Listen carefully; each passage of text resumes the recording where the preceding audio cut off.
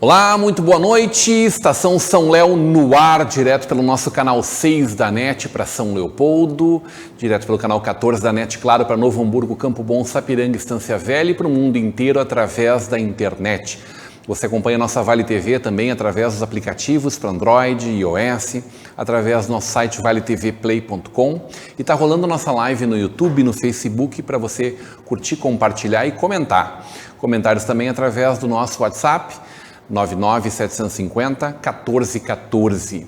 Horários alternativos nos nossos canais 6 e 14 da NET, claro, no nosso canal no YouTube. Comentários que não estarão sendo lidos aqui, porque este programa está sendo gravado no fim da tarde desta quinta-feira, dia 30 de março. Este programa que vai ao ar muito especialmente nesse dia 3 de abril. Nossa alegria em receber um novo patrocinador desse espaço. Muito bem-vinda, a nossa sempre parceira, Sicredi Pioneira. Sicredi está presente em todos os eventos de toda a nossa região, muito participativa na cidade de São Leopoldo, com 4 grandes agências aqui, né? Unicinos, Agência Centro, Agência Charlau, Agência Rio Branco e, em seguidinha, um evento pioneiro na Sicredi Pioneira, um espaço moderno, único em cooperativas de crédito do Brasil.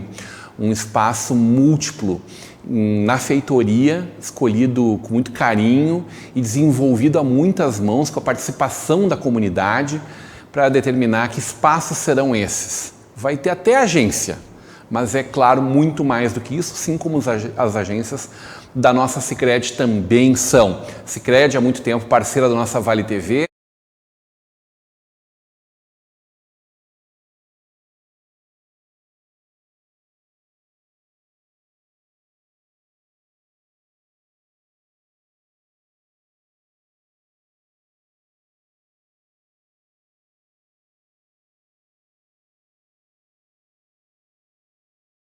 Nos últimos dias cobrindo, né, como a gente esteve aqui no Ginásio Municipal Celso Morbach, como nós estivemos lá no União na Charlau, cobrindo aquele momento também de encontro, cobrindo lá em Novo Hamburgo, na nossa FENAC, um momento de prestação de contas de escolha de caminhos.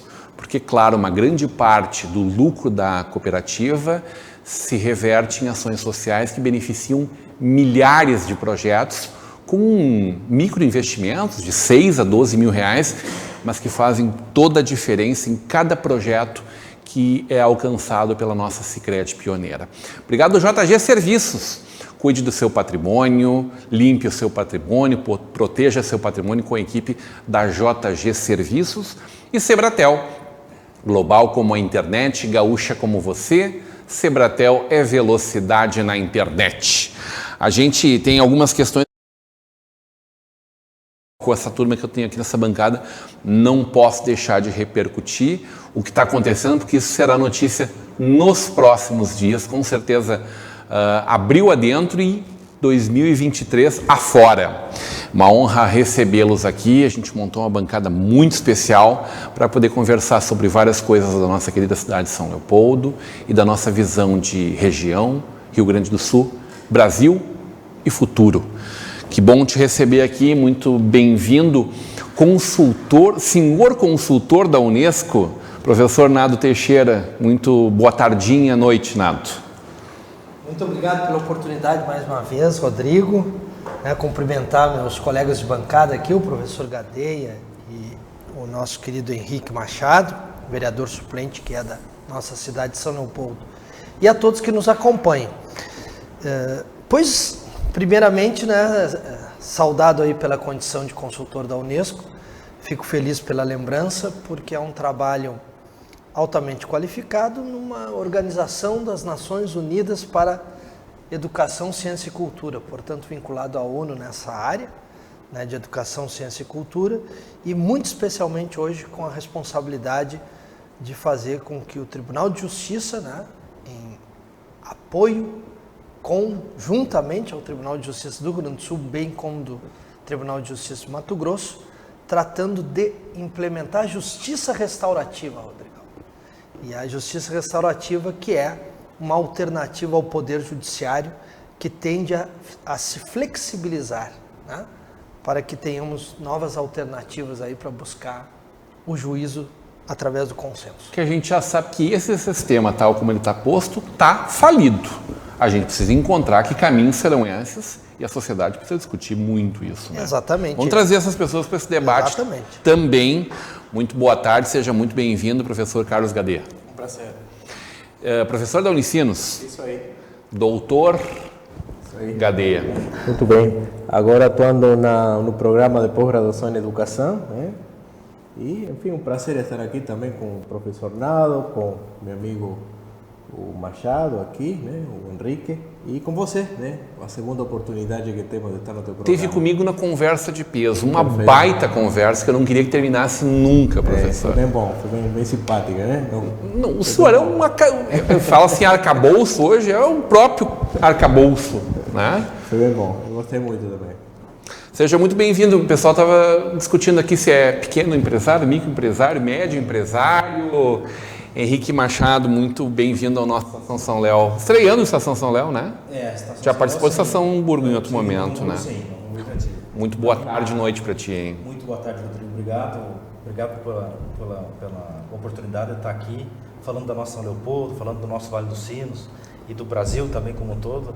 Cumprimentar os nossos amigos aí, o Carlos Gadeia, doutor, é um orgulho, um amigo da gente, professor Nado também, consultor da Unesco aí, né? Tá chique esse peso, né? Coisa muito linda. Importante. Né? E sempre é válido essa discussão aí sobre os problemas, sobre as soluções, tanto da nossa região quanto do país. Obrigado. Empresário da área de farmácias. Farmácia, isso. Tem. Onde a farmácia? Minha farmácia é no bairro Santos Dumont. Na verdade, é numa localidade até meio humilde, entendeu? É entre a Vila Brás e a Chácara dos Leões. É uma farmácia, comecei pequenininho, fui crescendo, agora tem um prédiozinho um pouco melhor, e assim a gente vai caminhando, né? Devagarinho. Atende um universo de quantas pessoas na volta ali? Eu atendo um universo de, eu acredito que mais ou menos umas... Que a densidade populacional ali é muito grande, né? É grande, eu acho que umas... Se não me engano, se não me falha a memória, umas 10 mil pessoas por ali. Com certeza. Eu não atendo as 10 mil, né? Mas estou ali disputando espaço com meus concorrentes ali, né? Muito bem, muito bem-vindo, uma honra poder estar contigo, tu que és suplente de vereador da cidade de São Leopoldo. Sim, sou suplente, tive essa felicidade, não me elegi, mas foi o primeiro tiro, digamos assim, dado na política, e lado a lado, inclusive com o professor Nato. Me honra demais, pela primeira vez, inexperiência na política, quando iniciei isso há quase 4 anos atrás, e por paixão à política, por paixão a sistemas, estamos aí na luta, né? A luta não pode parar. Enxerga a evolução da participação política como natural, como uma obviedade? Enxergo como natural a evolução da política, inclusive agora... Está fardado na beira do campo, ponto para entrar em ação, né? Exato, é isso? Um jovem talentoso, né? Temos que ir em frente, né? Não podemos... com os conselheiros que eu tenho aqui, eu não posso me sentir acovardado, tem que ir à frente, à luta. Henrique, é impressionante como quando toca na saúde é o que nós temos de mais caro na nossa vida e é um dos maiores problemas que a gente precisa enfrentar, né? A saúde é um problema central da vida brasileira e, sobretudo aqui em São Leopoldo, nós enfrentamos aí um problema assim, grave na saúde. Eu sempre digo que a educação ela é a prioridade das prioridades. Só que a saúde é imediata, né? Quando a pessoa está com um problema... E aí é a dor de cada um de nós. Não tem... É o que grita mais alto, né? E às vezes as pessoas chegam para procurar o atendimento e acaba ficando 4, 5, 6 horas, sendo que eu acho que o poder público poderia e deveria melhorar o atendimento com mais investimento. E aí também surgem outras questões aí nacionais, né? Essa questão do teto de gastos, por exemplo, que está sendo discutida aí hoje, isso foi um crime, na minha opinião, a criação desse teto de gastos, deixando livre a especulação financeira e prendendo o país. Sim, a gente diz assim, olha, nosso dever agora é pagar a conta. Exato. Quer dizer, não precisamos viver enquanto a gente não terminar de pagar essa conta, que é uma conta que a gente olha para ela e enxerga impagável, né? Impagável. Mais de 50% do nosso PIB sempre. Então, esse teto de gastos aí deveria de ser modificado, acredito que isso esteja acontecendo, para poder aumentar o investimento na saúde, educação, segurança, infraestrutura, que diz respeito a todos nós aí. Segurança é algo que te aflige de alguma forma? Tu sabe que a segurança foi uma das grandes preocupações que eu tive quando fui abrir a minha farmácia. porque a gente tinha um desconhecimento e um bairro também marginalizado, de certa forma. Sim. Eu não tive problemas, eu pessoalmente, porque há uma estrutura no bairro que acaba fechando o bairro. Mas, sem dúvida, a segurança é um ponto importante que, na minha opinião, ela será resolvida com a diminuição da desigualdade social. Eu conversei na semana passada com o secretário de Desenvolvimento Econômico, né, o Juliano Maciel, que participou de uma reunião convidada, chamada pela CDL, com as forças de segurança da cidade, que o centro da cidade vem sofrendo demais com esse problema de segurança pública. Aí agora tu chegou no ponto. Nas periferias, ao meu ver, na minha visão, a segurança ela não é tão difícil. O problema é que os contraventores, os bandidos que vivem nas periferias vão para o centro e aí facilmente se escoam. Por isso que precisa de mais inteligência na segurança, precisa de um vídeo monitoramento mais qualificado, sabe? Eu acho que a inteligência da polícia que precisa ser evoluída. Inclusive o professor Nato tem muito a acrescentar sobre esse tema da segurança. É o homem do Pronas, né? Exato, Programa Nacional de Segurança Pública com Cidadania. Professor Carlos, quando toca em nós humanos, a saúde da nossa família, um filho querido nosso, a gente sai da condição humana, né? A gente vira qualquer outra coisa para defender as pessoas que a gente ama, né? Não, e escutando Henrique, de fato é o drama, né? Depois da pandemia, eu acho que todo mundo ficou muito mais sensível com todas estas questões também da saúde, né? O impacto que teve, todas estas questões da saúde mental também, né?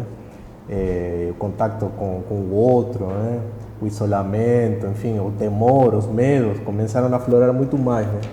Então, digamos que o tema da saúde se colocou como um grande tema, né? Por isso que explode por ali, inclusive nas redes sociais, pessoas que falam de saúde mental, que falam em terapias, né? Grupos de apoio, é um grande drama. Então, eu acho que o investimento em saúde hoje é primordial e é essencial, de fato, né?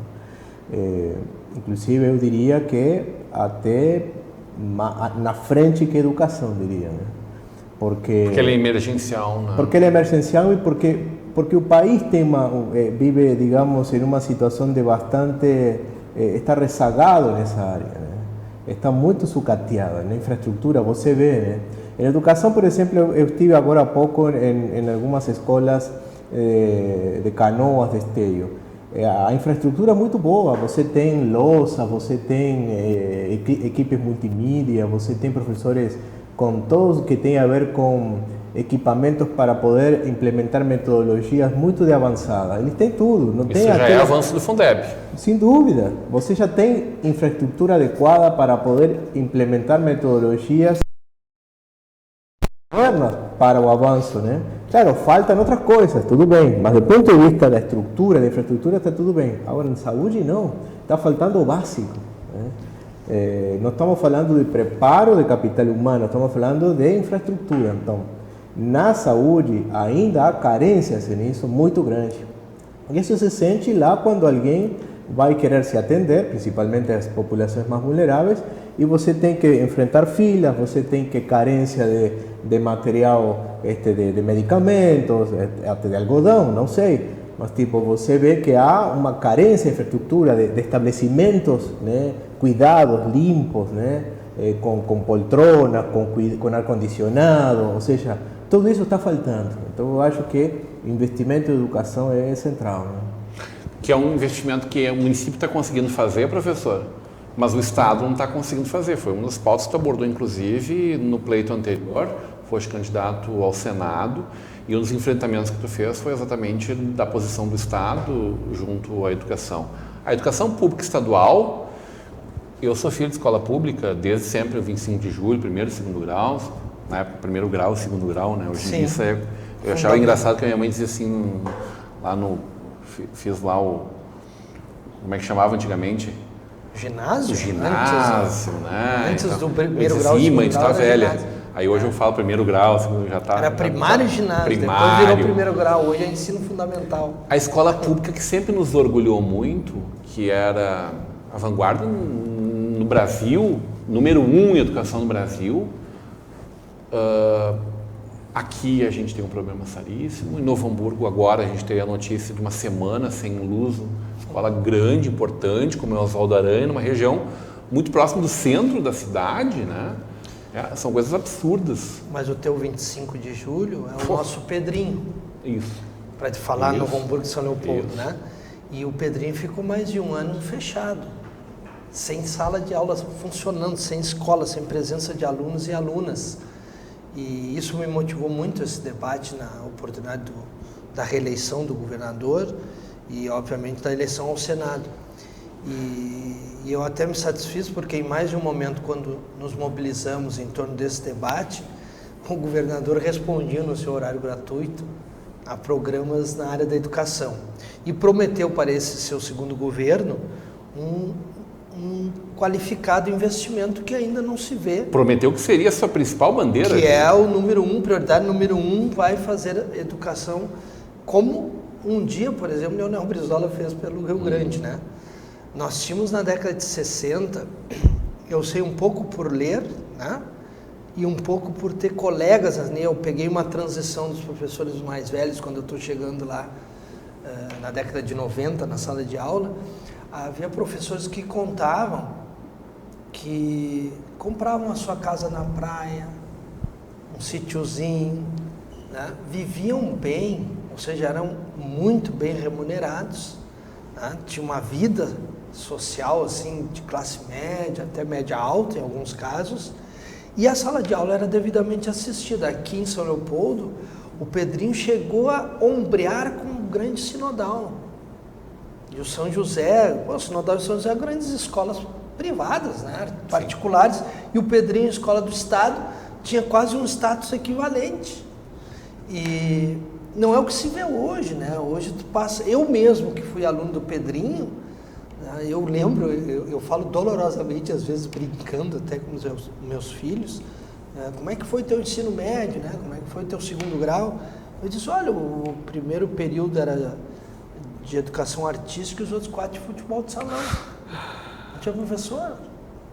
Eu peguei a crise mais severa, né? Os alunos ali de 79, 80, 81 pegaram a crise mais severa da escola estadual, que perdura até hoje. Aí é a gravidade. Ali começa a decadência, né? E perdura até hoje. Hoje nós temos todo início de ano letivo. O que se destaca é a lista de escolas sem professores de diversas disciplinas, o número de escolas em situação precária. O exemplo é o Pedrinho, como eu citei, mas nós temos no Rio Grande do Sul hoje perto de 300 escolas numa situação de início de reforma, porque a promessa de mudança dá-se a partir de agora, mas quando vai mudar, né? Mesmo que os investimentos comecem, haverá uma transformação para o próximo ano letivo.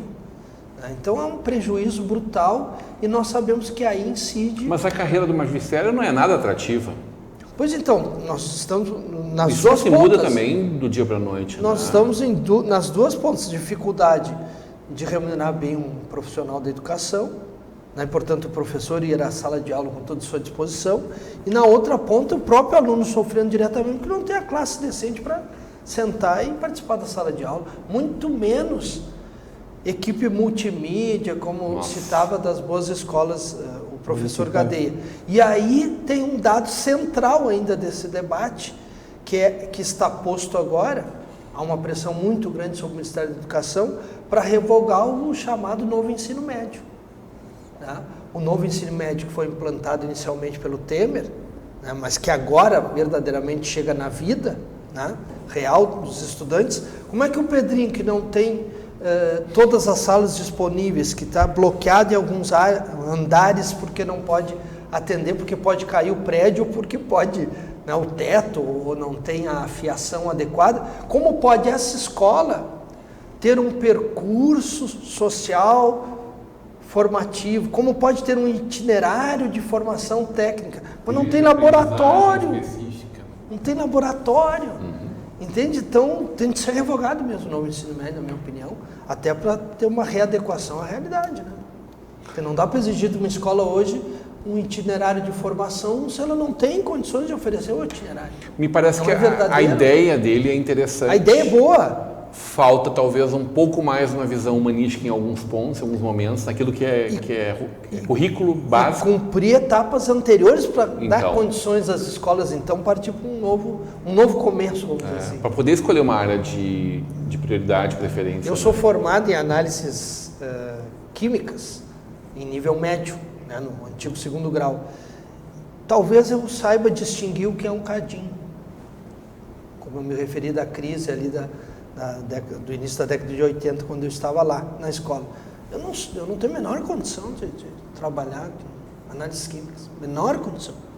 E fiz todo o meu ensino médio, tenho lá o diploma de análise. Imagina agora, com as novas exigências da era digital, né, como se colocar um profissional com diploma numa determinada de eletrotécnica, de mídia digital, os diversos itinerários que grandes escolas privadas têm condições de oferecer. Sim. Inclusive elevando um pouco o custo, né?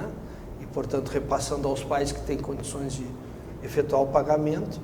Mas nós estamos distantes disso. Primeiro nós temos que ter papel higiênico na escola, assegurar que o teto não cai, que a fiação não vai gerar um incêndio inoportuno.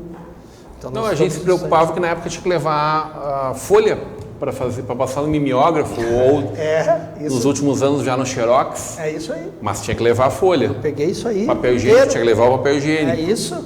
Hoje em dia piorou muito, porque imaginar um curto-circuito dentro de uma sala de aula é muito mais grave. Muito mais grave, a criança vai para a escola em risco, né? O pai fica preocupado deixando...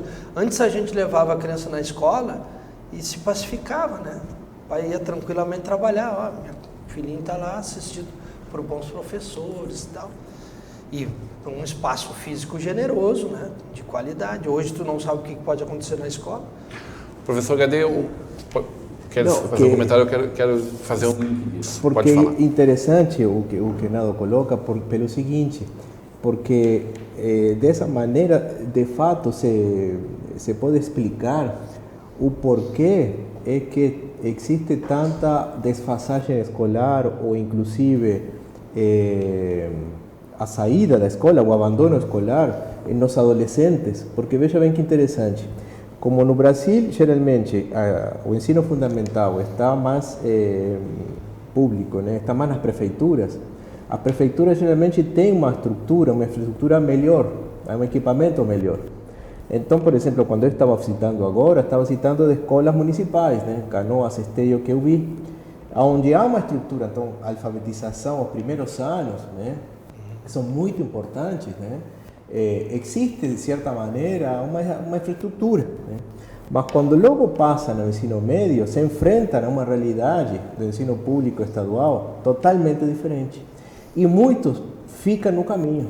Aí vem os problemas da repetição, aí os problemas do abandono e outros tipos de problemas associados, né? Típicos da sociabilidade, do meio, enfim. E os problemas, então, derivados da baixa escolaridade futura, né? Então, o que Nado estava colocando muito bem me permite a fazer essa inferência, né?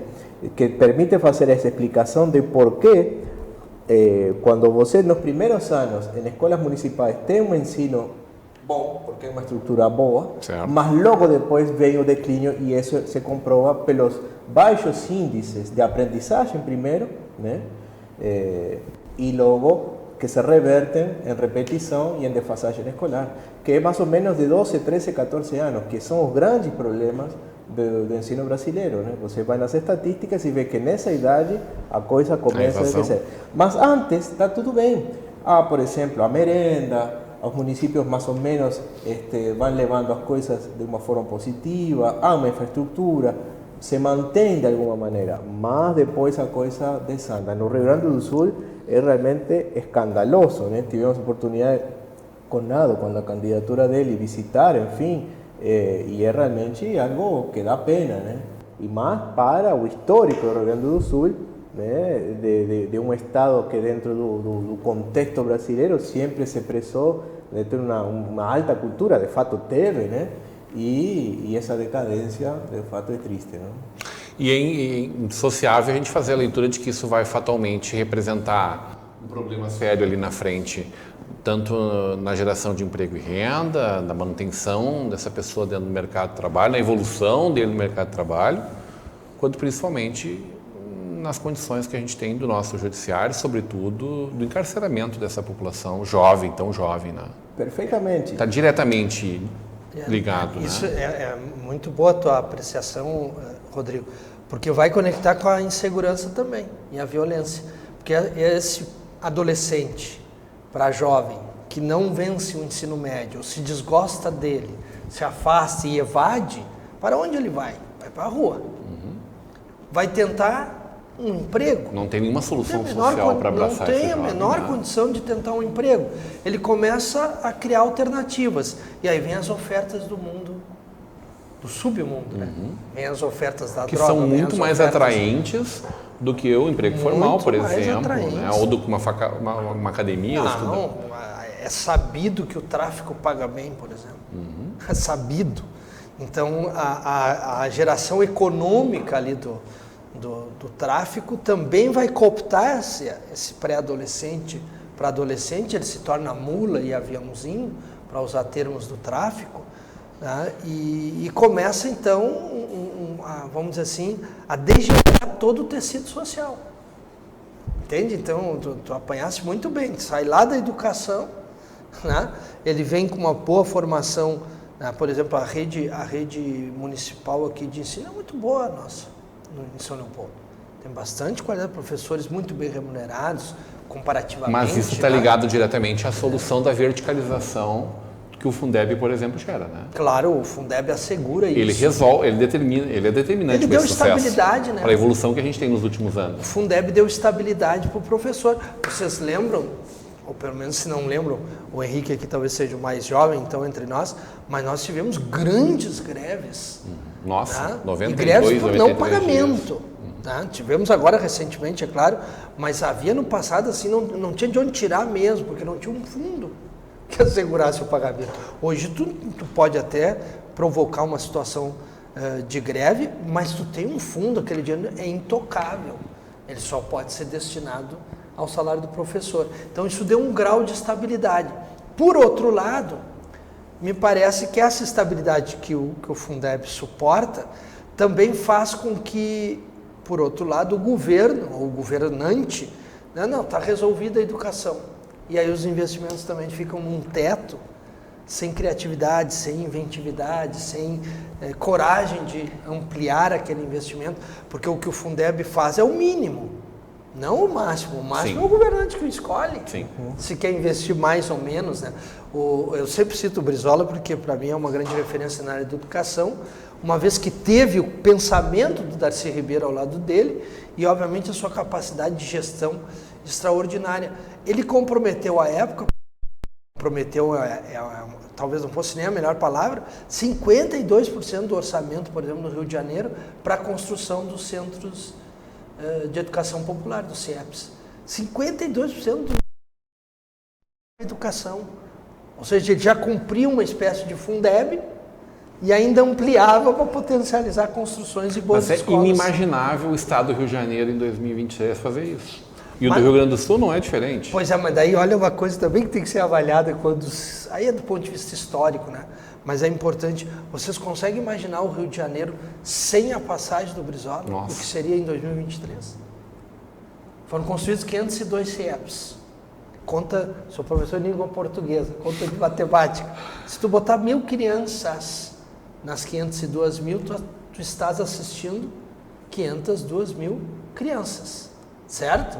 Ano. Sim. Claro que elas se repetem, né? Muitas dessas crianças vão ficando lá quanto tempo. Mas se tu fizer uma conta de 1990 a 94, foi o segundo governo dele, até agora, quantas crianças foram assistidas por essas escolas? E obviamente daí, quantas crianças conseguiram escapar para a faculdade, né? O ensino médio, faculdade, viraram grandes profissionais, quantas crianças se empregaram em nível técnico, quantas crianças não foram, portanto, se tornar mula ou aviãozinho. Né? Fechando a partir da tua inteligente Para contribuir aqui, ciclo aí que tu... Henrique. para contribuir com esse tema da educação, tem duas autoridades aqui, mas é impressionante a vida brasileira, a questão, por exemplo, do ensino superior aí, que para mim é uma inversão de valores. Tu pega, por exemplo, a URGS, né, a Universidade Federal, eu acho que a grande maioria que estão lá é classe média alta. Os mais pobres não conseguem passaram acessar. por um cursinho para passar no vestibular. Exatamente, com recursos, herdaram uma família, né, com posses assim, mais ou menos importante para poder chegar lá. A criança da periferia. Tanto que vira não acessa. notícia quem fugiu dessa curva. Exatamente, aí, né? vira notícia que não deveria. Eu advogo até, pode até ser meio radical, parecer a minha fala, mas eu advogo que deveria ter uma cota para rico na escola, na Universidade Federal. Não o contrário. Não ao contrário, deveria ser para rico. Tantos por cento a classe A, média e alta pode acessar, o restante isso é público. Mais ou menos como é o estrato social, assim. Exato, acho que deveria ser assim. E aí chega nas questões, porque tudo isso leva à insegurança, leva às questões da saúde. Eu tenho a farmácia e atendo meninas de 15, 16, 17 anos na periferia, não sabem como tomar um anticoncepcional. Isso tudo tem a ver com a educação, isso tudo tem a ver com a cultura, com a formação social das pessoas. E a gente faz de conta que isso não está acontecendo, né, Henrique? Exatamente. Mas estão fazendo aborto da pior forma possível, estão tomando método contraceptivo desde os 10, 11, 12 anos, tudo isso está acontecendo e a gente faz de conta que não, né? Não adianta tapar os olhos, nossa. Fechar os olhos e dizer que não está enxergando, está aí escancarado para todo mundo ver. Essa é o fosso da desigualdade social. Professor, mas não tem nenhuma perspectiva a médio prazo de que essa realidade possa ser diferente? Ou dá para a gente ter alguma esperança? Eu acho que já é meio estrutural, entende? É meio cultural e estrutural do Brasil. É muito difícil mexer nisso, né? Eu até converso assim... Não tem um ânimo verdadeiro?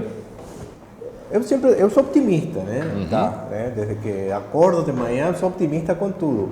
Mas ao mesmo tempo, eu sei que com várias coisas, neste sentido, com a questão da educação, as coisas são bastante ancoradas. Então, uma estrutura muito mais ampla que a simples aspecto educativo. Um exemplo, por exemplo.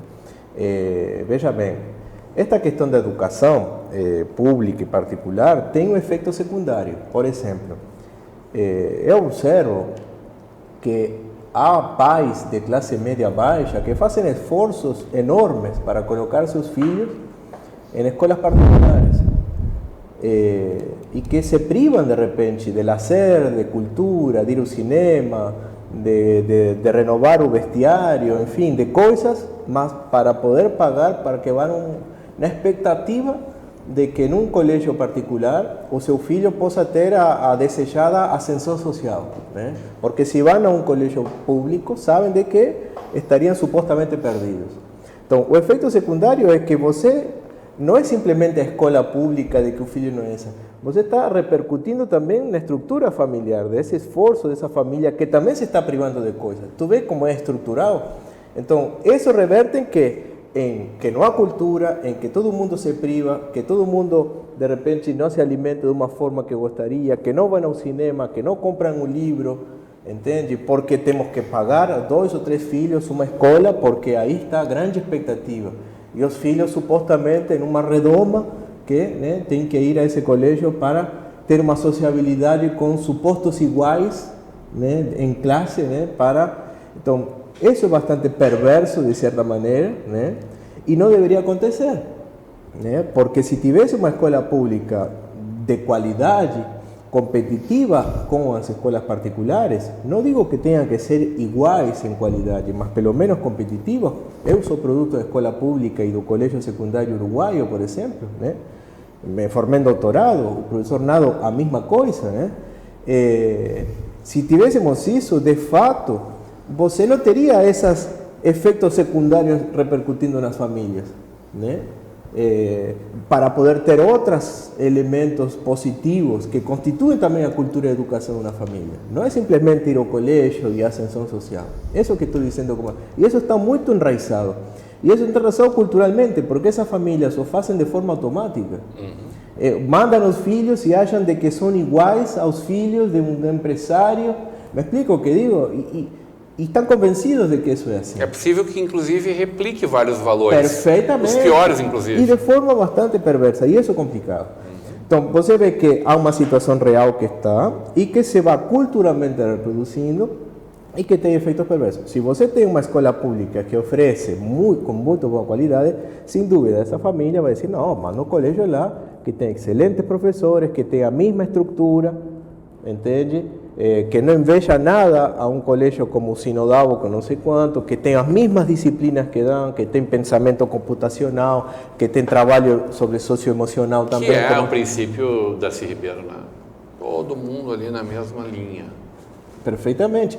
Uma coisa que pontual, o Fundeb, que falamos com o professor Nava, até um pouco a ideia dele que eu vou dizer aqui, né? O Fundeb, eu acho que tem que vir quase liberar o dinheiro com rubricas, entende? Você não pode dar ao município, gastem no que vocês quiserem, né? Tem que ver a realidade do município, quais são as carências e, bom, 50% para outra coisa, 25% para outra coisa, não é para dizer, temos 5 milhões e vamos ver o que fazemos com esse dinheiro. O município não tinha que apresentar projeto para esse dinheiro. Mas tem que apresentar. Porque a gente conversa muito com muita gente por toda a região, por todo o estado afora e Brasil afora. E tem um monte de coisa para inglês ver. É uma expressão que o senhor já deve estar familiarizado, né, professor?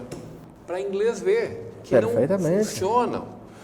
Projetos que estão ali para justificar o investimento, porque às vezes o dinheiro para uma cidade pequena ele tem ainda mais valor, né? A questão das diferenças, né?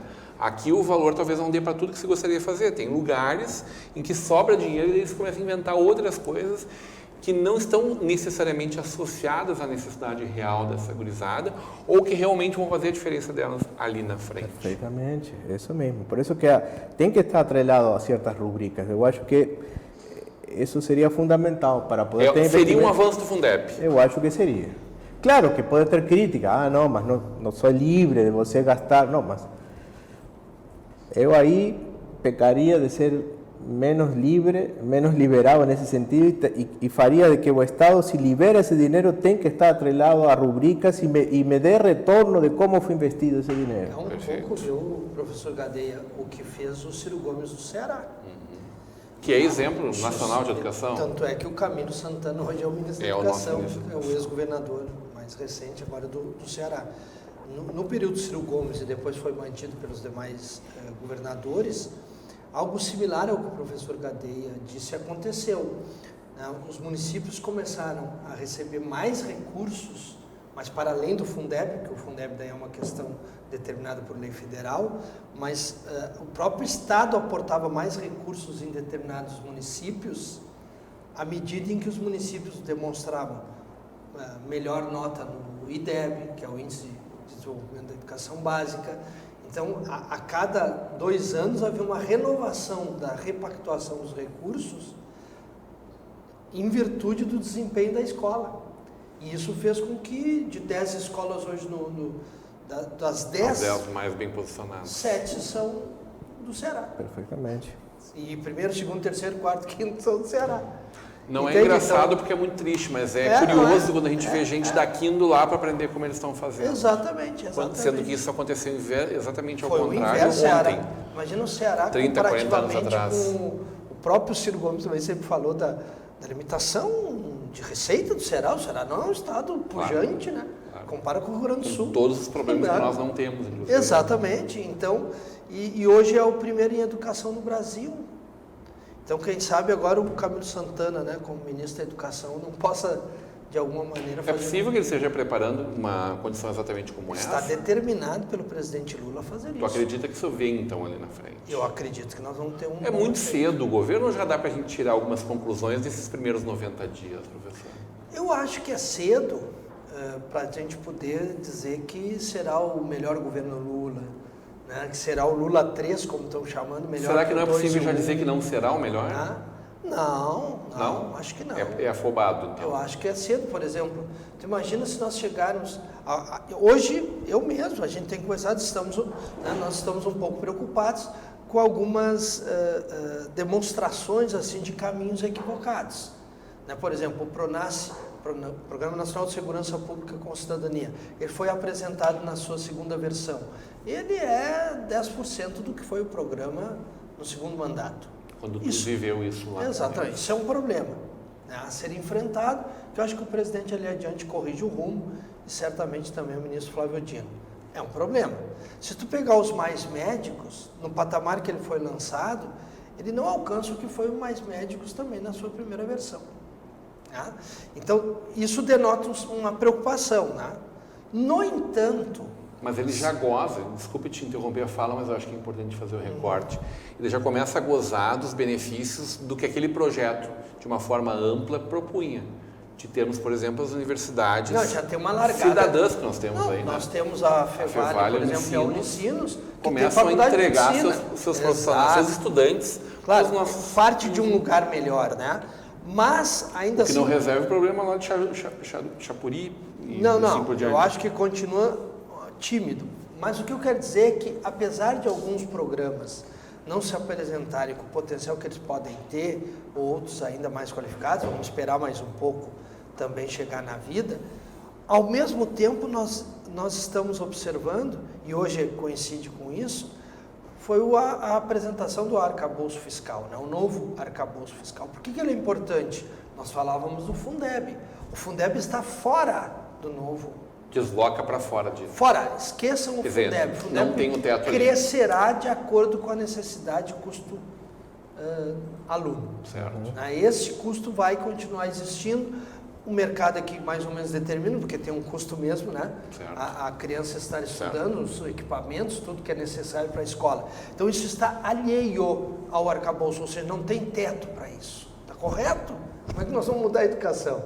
Então, nós temos um novo arcabouço fiscal, está posto, está tendo hoje já uma grande repercussão e uma boa receptividade entre empresários e mercado, o fantasma do mercado, né? Então ele está sendo bem recebido. Ele dará condições, e ele é importante, para a chegada da reforma tributária. E se o presidente Lula chegar ao final do ano com a reforma tributária, quem é que fez a reforma tributária? Desde a Constituição de 1988. Terá sido o Lula 3. E aí nós podemos dizer que poderá ser, sim, até o melhor governo o mais Lula. Transformador, então. Claro, basilarmente eu falando. tenho uma crítica que eu sei que é partilhada, a gente conversa muito com o professor Gadeia também, e o Henrique. Eu considero o governo Lula, do qual participei dos dois, né, governos de uma enorme capacidade de gestão, mas timidamente reformistas. Eles não reformaram o Estado. Das mudanças estruturais de Não mudaram o Estado. Né? E agora, se tu faz uma reforma tributária, este governo se apresenta como um governo reformista.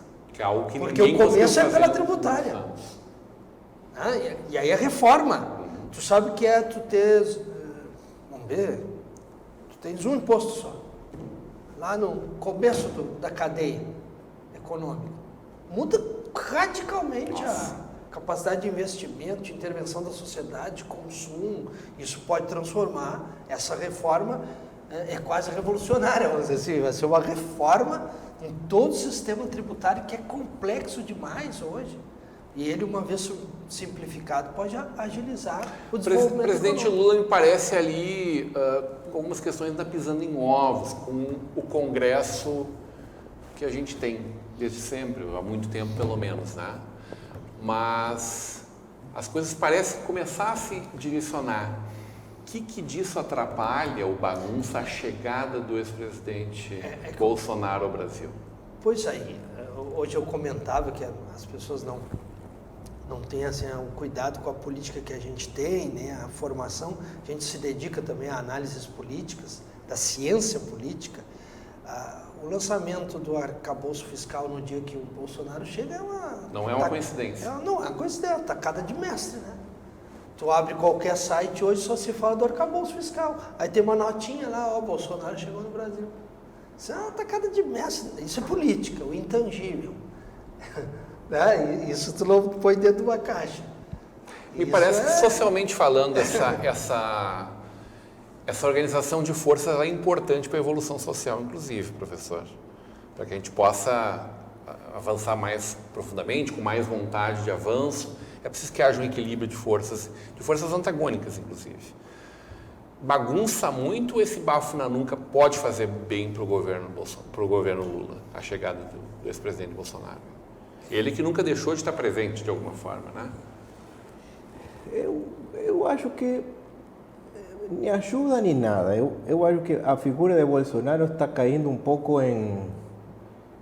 Não sei se a palavra é desgraça, né, que é uma palavra, né, mas está caindo um pouco... É uma palavra forte, pode ser. O que não quer dizer que a força política do setor dele não tem ainda, né? Vemos um parlamento agora que chamou ao ministro da Justiça, que houve ali toda uma sessão em torno a seu comportamento, por exemplo, na presença do morro, na favela da Maré, enfim, que foi um espetáculo um pouco ridículo, enfim. O sea, vemos que os diputados en torno a Bolsonaro existen, están ali, están presionando, continúan con la misma agenda, né, a misma linguagem, o mesmo discurso.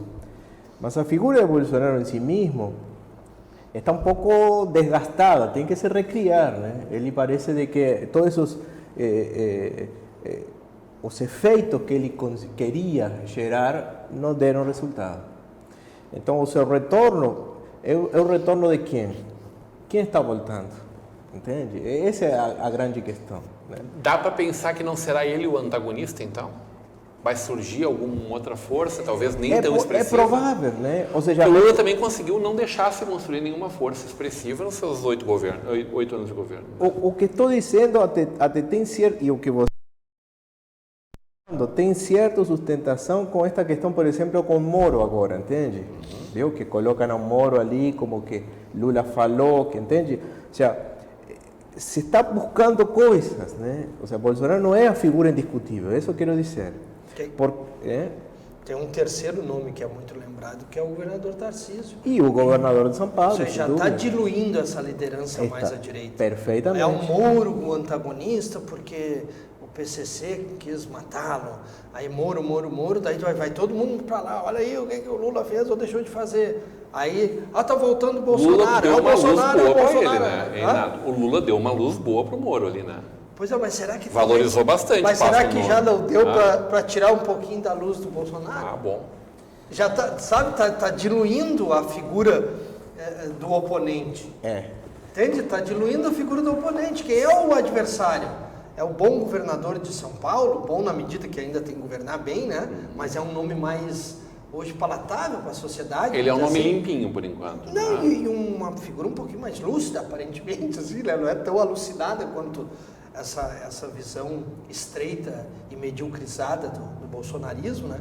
Então, sabe, começa a ter uma diluição. Na medida que tem essa diluição, no lugar de parecerem mais fortes, né, o Moro sobe, desce. O Bolsonaro chegou. E leia-se agora importante, viu? Ele lá fora, enquanto esteve lá fora, viveu-se uma expectativa, né? Voltar. Voltou. Aí, voltou. E aí, daqui uma semana, ele voltou, né? Voltou. Mas tem que fazer política, Rodrigo. O pessoal já não vai mais para frente do quartel por causa dele, né? Entendeu? Tem que ter proposta, tem que ter uma intervenção pública, tem que ter uma articulação de partidos. E se isso não acontece na vida, hoje ele teve que dar a explicação que a Michelle é um nome bom. Ele disse, não, ela não tem vivência, não viu? Ele disse, a Michelle não tem vivência. Por quê? E por que olham para a Michelle? Olham porque pode ser uma liderança que surge por ali. Ou seja, ele já não é, isso aí. O nome que está. Henrique queria fazer uma contribuição para o debate aqui. Quero contribuir. Eu tenho uma teoria sobre tudo isso. Eu acho, por exemplo, acho que a oposição é válida e tem de existir. Essa tem que ter. É da democracia. É da democracia. É bom que existe. Mas eu tenho uma teoria que é o seguinte: se o governo Lula acertar a mão na economia, mesmo que timidamente, digamos assim, não há possibilidade. Pode fazer o griteiro do que quiser. Não pode gritar à vontade. O povo feliz não quer briga com ninguém, entendeu? Se o povo estiver fazendo as 3 refeições por dia, o emprego começa a bombar, a economia começa... Eu lá na minha farmácia começo a vender um pouco mais, o cara do mercado vende um pouco mais, melhora a economia, eu contrato mais um, o cara do mercado contrata mais outro. Tá, mas e agora? Não, para um pouquinho. Esse caminho aqui está andando, é aqui que nós vamos andar. Eu acho que eles vão esperar. Aliás, isso funcionou muito bem no ano passado, né? Caminhão de dinheiro injetado deu um vigor muito grande ao presidente Bolsonaro. Mas aí agora tem um ponto importante que tu dizes. O Bolsonaro, por exemplo, acho que o único que não conseguiu se reeleger. Isso demonstra a fragilidade das questões econômicas do país. O povo caiu em desgraça, digamos assim, né? 33 milhões de pessoas passando fome. Sim. Também acho que o Bolsonaro queimou todos os cartuchos que ele tinha. Todo o grito que ele tinha que dar, toda a gritaria que ele tinha que fazer, ele já fez. O que ele vai fazer? Só se ele sair nu na rua agora. Porque mais do que ele já fez, não tem o que ele fazer. Não tem mais como ele virar cambota, nem o que ele vai fazer. E agora ele tem que torcer para que o governo Lula vá mal. Aí ele ganha espaço, a direita ganha espaço. Agora o governo Lula indo mais ou menos encaminhado, se ele chega a encaminhar uma reforma tributária e aprovar essa reforma tributária, na minha opinião, acabou. Se ele aprovar isso esse ano, eu acho, na minha opinião, pode fazer o que quiser. Vai ser tosquia de porco. Eu também acho. Sim, mais 3 anos, só tosquia. Tosquia de porco. Muito grito e pouca lã. Tá tudo azeitado já daí, né? Estou louco para fazer essa discussão aqui em São Leopoldo. Quanto tempo nós temos agora, Vitor? Eu vou mais 5 minutos. O professor Nato, 2024 é agora. Foi dada a largada para a corrida para o Paço Municipal, para o Legislativo Municipal. O que tu está enxergando desses primeiros movimentos e o quanto tu vai estar envolvido nesse movimento no ano que vem? Vai ser pelo Avante? Sabe que quando nós nos aproximávamos aqui da Marinha da estação, das dependências, aqui em São Leopoldo, da estação São Léo, da Marinha TV, do programa, do Rodrigão, nós estacionamos o carro ali próximo, e aí eu desci, olhei para o antigo prédio da prefeitura, tá? Fundado, aliás, estruturado em 1940 e inaugurado em 1942 pelo Getúlio Vargas. 2 anos depois, o então presidente da República veio inaugurar um prédio modernista da prefeitura. E na frente dele, atravessando a rua, tem a sede do PDT, tá? Sede que eu ajudei a fundar, tá? 2015 para 2016, naquela que foi uma das grandes eleições do município. 3 mil e poucos votos. Mas por que eu digo isso? Eu não digo nem pelo PDT especificamente, nem pela prefeitura em si. Mas esse nível de enraizamento na cidade me coloca com um compromisso. Qual o nível de participação que nós teremos? Acho que isso um grupo político tem que construir, os partidos têm que decidir. Isso é uma construção.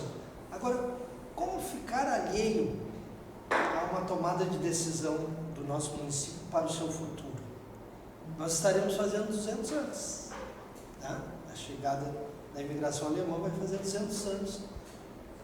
200 anos não é um marco para recomeçar, para fazer mais do que estamos fazendo? Eu acho que São Leopoldo precisa ter coragem de produzir algumas rupturas, no melhor sentido da expressão. Não é possível tu ter um tecnocinos tão alheio ao cidade, né? local, sabe? Então, eu acho que tem muito... Sim. Eu falava com o padre Marcelo, o reitor anterior, disse, olha, se eu for prefeito, eu vou colocar uma cadeira aqui, vou sentar do lado do senhor. A Unicins tem que entrar, na minha opinião, na vida municipal, e eu acho que merece um destaque a Fevale nesse sentido. Captado aqui, professor. Merece assim, parece até comício, mas eu acho que é por isso que ele te alcançou esse mês. Mas a Fevale tem uma participação muito efetiva na vida da cidade de Novo Hamburgo, sim, sem dúvida. Eu observo isso. Ela é muito comunitária. Então nós temos movimentos que têm que ser desencadeados. Falávamos aqui da saúde. Eu sou o candidato de uma nota só do ponto de vista da saúde. Nós temos de transformar o Hospital Centenário no Hospital Escola da Universidade. Eu sou convencido disso. Tá? Então nós temos que buscar, ou seja, O que vamos fazer em 2024 está em construção. O que eu posso também assegurar, olhando para o cenário, de um lado tu não tens a reeleição do prefeito, que de forma inquestionável é a 4ª vez prefeito. Não é à toa. Então tem que considerar essa figura que não está no páreo, né? E aí tu abre, quem é que está aí? Eu acho que nós vamos ter 5, 6 candidatos, não tem ninguém com capacidade de unificar. Quer dizer, é capaz que o campo. próximo prefeito se eleja com 30% dos votos. É possível. Exatamente. E esse nós temos tido. Então nós vamos avaliar bem o quadro para poder decidir. Esse teu PDT de antigamente é o mesmo PDT de hoje, sempre esfacelado, Nato, com várias lideranças, né? Nem quando o Brizola estava aqui conseguia ter uma unidade, nem nacional e nem regional. Como tu enxerga o PDT de São Leopoldo hoje? Hein? Eu tenho uma visão um pouquinho divergente da tua afirmação. Eu estou te provocando mesmo. Eu acho Deve assim, divergir. enquanto tivemos a figura do Brizola, houve unidade em torno da orientação dele, pela experiência, pelo reconhecimento histórico. A divergência era contida. Quando chegávamos na cidade, especialmente, no estado, nós chegávamos no Colares. Depois, pós-Colares, então, né, e pós-Brizola, nós tivemos um respeito às lideranças regionais e municipais. Aqui em São Leopoldo, pós-Dr. Olímpio Albrecht, nós tivemos 2 grandes momentos do PDT. Um sob a liderança do Arimor e o outro sob a minha liderança. Né? Então, o PDT é um partido que reconhece em determinado estágio dos seus embates lideranças que possam conduzi-los a um melhor momento. Tem também uma gurizada nova. Então, nós temos um vereador, Fabiano Halber, que foi um grande presidente de partido, está pleiteando novamente selo. Nós temos o Juliano, que tu citaste, um secretário competente. Né? Nós temos o Adão Rambor, lá na Zona Norte, tão sofrido. O atual presidente, diretor-geral do SEMAI. O SEMAI. Jason Freitas, que é o diretor do SEMAI, a vereadora Iara. Né? Nós temos nomes no PDT. O PDT é o maior partido da cidade, Rodrigo. Tá? Então, o PDT, na minha opinião, é um partido que a gente tem de ter um carinho especial, reconhecer o seu tamanho e dialogar em exaustão com o PDT, para que ele nos ajude a pensar o rumo da cidade. Acho que... Ô Henrique, eu falei que tu estava fardado na beira do campo, pronto para entrar em ação. Tem gente que está ali contigo, ó. Então, não sei se postulando o mesmo espaço, mas está prontinho para entrar em cena. Sabe que depois que a gente entra nessa vida política aqui, para mim é apaixonante, assim. Se a gente pudesse ficar horas aqui, horas e horas e horas conversando sobre todos esses temas aí, eu ficaria muito feliz, né?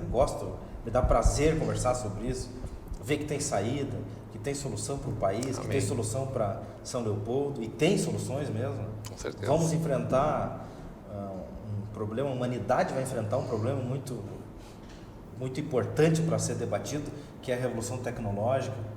Agora com essas inteligências artificiais que estão chegando aí, é um desafio. Vai acabar com advogado, contador, jornalista. Será? Acho que não. Todo mundo em polvorosa. É a promessa da tecnologia mas artificial. O né? importante disso tudo é que nós precisamos de investimento na educação, precisamos revolucionar essa educação. E para falar de São Leopoldo, na minha opinião, nada melhor que um professor para começar a conduzir um processo da cidade regional, por que não, né? Para trazer uma nova revolução tecnológica. E eu estou aí à disposição sempre da comunidade e tal, do povo, à disposição do partido. Estamos aí na luta, né? A luta vai seguir. Muito obrigado pela presença hoje aqui com a gente. Eu que agradeço demais o espaço. Professor Carlos Gadeia, eu queria poder aprofundar mais a preparação dessa gurizada aí, né? Menos para competição, menos para aquele ideal da ascensão social, mais para a felicidade dessa gurizada, mais para esse novo mundo que o Henrique bem nos alerta que está chegando, né? Obrigado pela tua presença, seja sempre muito bem-vindo, é uma grande luz aqui para a nossa VAR TV. Obrigado. Teu ponto final. Professor. É um prazer também estar aqui. Pensando em São Leopoldo, eu gosto de pensar sempre em ciclos, né? Eu acho que, como o Bernardo estava falando, né? Eu acho que com o término do governo de Vanassi, o São Leopoldo termina um ciclo, né? De mais de 16 anos, onde justamente o PT talvez liderou junto a Vanassi uma liderança indiscutível na cidade, lá da época das enchentes, né, liderando o movimento justamente nisso, muito ligado a vezes a comunidades de base da igreja, enfim, ele liderou muito bem, acompanhou todo esse processo, mas eu acho que está um pouco, não digo esgotado, mas quero dizer que tem que se modernizar também. Há forças, há pessoas, há energias também que podem contribuir para renovar esse ciclo e para começar um novo. Do outro lado, você tem atores políticos, sociais que são antagônicos, todo o contrário, que talvez pretendem de São Leopoldo fazer outro tipo de coisas. Então, a escolha é renovar um ciclo para melhor, fazer desse ciclo que se viveu mais, ir além para uma melhora, modernizando, tornando a São Leopoldo uma cidade que de repente possa ir em uma prosperidade, de uma integração muito maior, ou ficar uma cidade que continua um pouco anquilosada, esquecida, cheia de poeira, ou deixada a alguns proprietários, a algumas pessoas, digamos, que vão pensar em proveito próprio. Eu acho que a escolha está dada quase quando estou falando isto, né? O que a população vai querer. Então as escolhas em 2024 me parecem claras. O sector político que vai ser, não se sabe muito bem, mas eu acho que as forças políticas, né, as pessoas que estão tentando impulsar isso, estão ali e já estão se mexendo e enfim, tomara que dê tudo certo. Obrigado por estar aqui também. Sempre muito bem-vindo. A pergunta para a próxima é como caminharão juntas ou não as forças progressistas da cidade? Bom, próximo debate a gente vai falar sobre isso. Professor Nado, sempre uma honra te ter conosco. Professor Nado, consultor da Unesco. É uma honra te receber aqui, sempre muito bem-vindo à nossa Vale TV, teu ponto final. Muito obrigado e saio daqui com a convicção que esse espaço é muito generoso para a gente dialogar com a comunidade. Isso é importante. São Leopoldo, por muito tempo, não teve a TV, não teve espaço de diálogo, de debate. Então, mais uma vez, parabéns aí pela chegada, né, da Vale TV aqui com sede em São Leopoldo, Rodrigo. E dizer que São Leopoldo faz parte da nossa história, né? De alguma maneira eu já faço parte da história de São Leopoldo, nasci aqui, né, na Rua dos Motoristas, como eu sempre cito, que só tem esse nome em virtude da família e do trabalho que meu pai e meus tios desenvolviam como taxistas que eram. E então eu não tenho dúvida que diante da intervenção do professor Gadeia, nós vamos ter um encerramento de um ciclo de poder, representado então pelo Vanassi, e vamos ter um encerramento de um ciclo da imigração alemã que chega aos seus 200 anos no nosso aniversário. Eu acho que a partir desse aniversário vem um novo tempo e de alguma maneira nós estaremos inseridos nele. Que siga se posicionando como uma cidade da inovação, que já é talvez de direito, que seja também de fato para toda uma comunidade. A gente vai continuar contando essa história, provocando essas histórias, essas reflexões, esses debates com muito carinho, para que os nossos telespectadores e internautas possam fazer parte, protagonistas da sua própria história, da história da cidade que escolheram para si, para viver e serem felizes ao lado das pessoas que eles amam, né? Então, agradecendo demais, uma bancada maravilhosa para essa segunda-feira, mas sobretudo o carinho da tua audiência. A gente fica por aqui e voltamos na próxima quinta-feira, Nado. No dia 6, eu vou estar conversando com o pessoal do PDT, uma nova geração, pessoas que estão hoje participando dos quadros do partido e que estão também de olho em 2024. 2024 é agora. Até quinta-feira. Até lá.